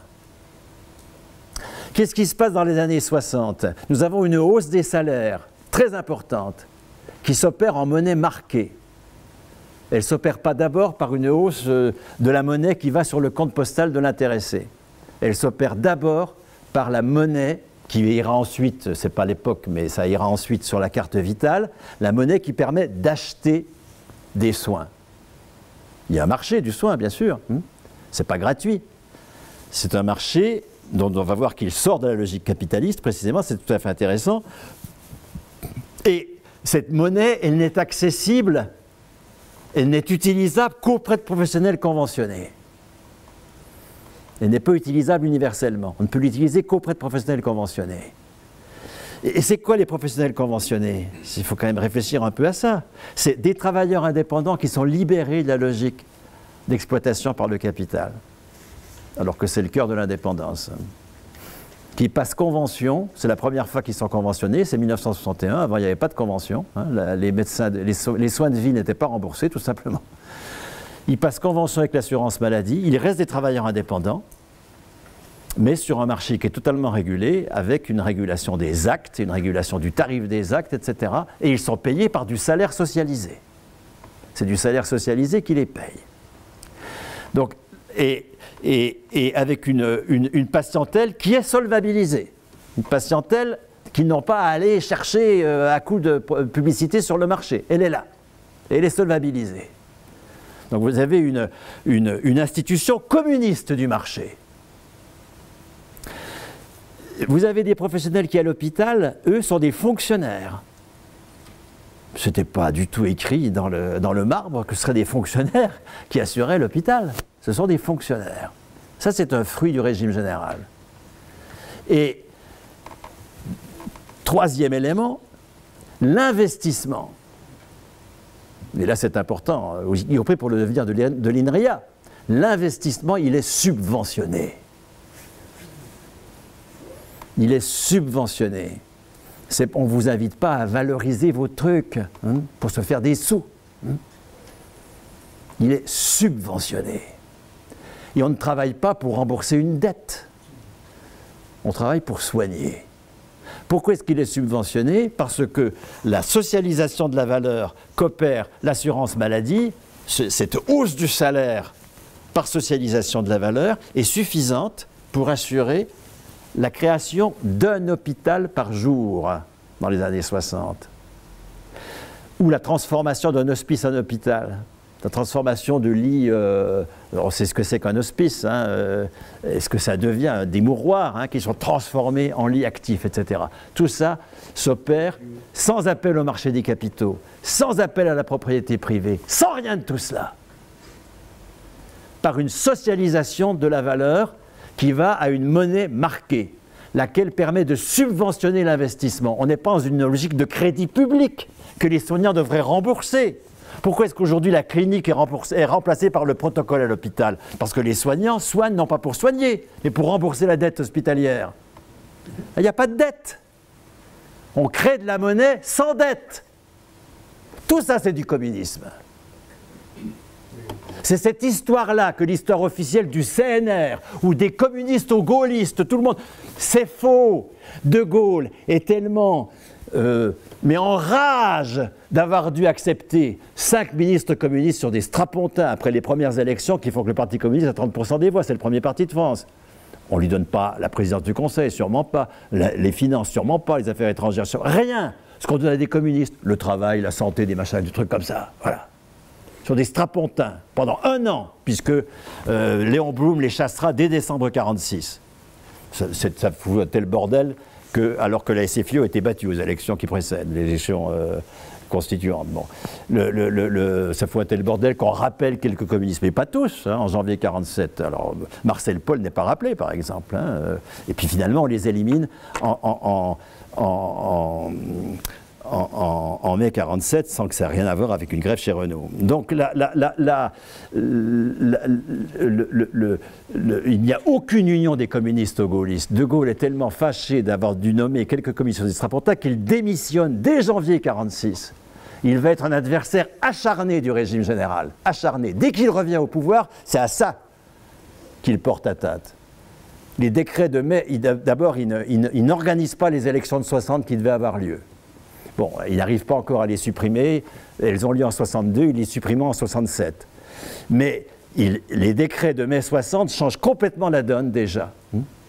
Avant, les conseils d'administration avaient tout pouvoir, et les directeurs élus par les conseils, je rappelle, élus par les conseils, n'avaient qu'un pouvoir limité. Il inverse. Les pouvoirs des directeurs sont illimités, le Conseil a des pouvoirs limités. Il y a une liste des pouvoirs du Conseil. Il crée l'école de Saint-Étienne, cette saloperie où on forme des cadres de la sécurité sociale qui, justement, vont tout reconstruire contre 1946. Et je l'ai dit, dès 1947, le patronat riposte au régime général par la GIRC. J'ai cotisé, j'ai droit. Oui, 1946 est une période révolutionnaire animée par les communistes.